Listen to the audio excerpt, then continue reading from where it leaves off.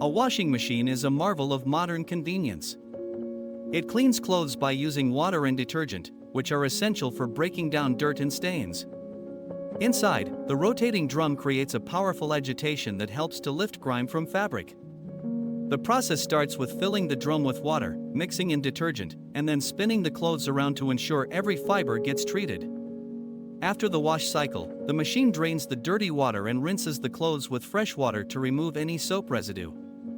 Finally, it spins at high speed to extract excess water, making drying much faster. This efficient cycle not only saves time but also conserves water compared to hand washing. Understanding how your washing machine works can help you choose the right settings for different fabrics, ensuring your clothes come out fresh and clean every time.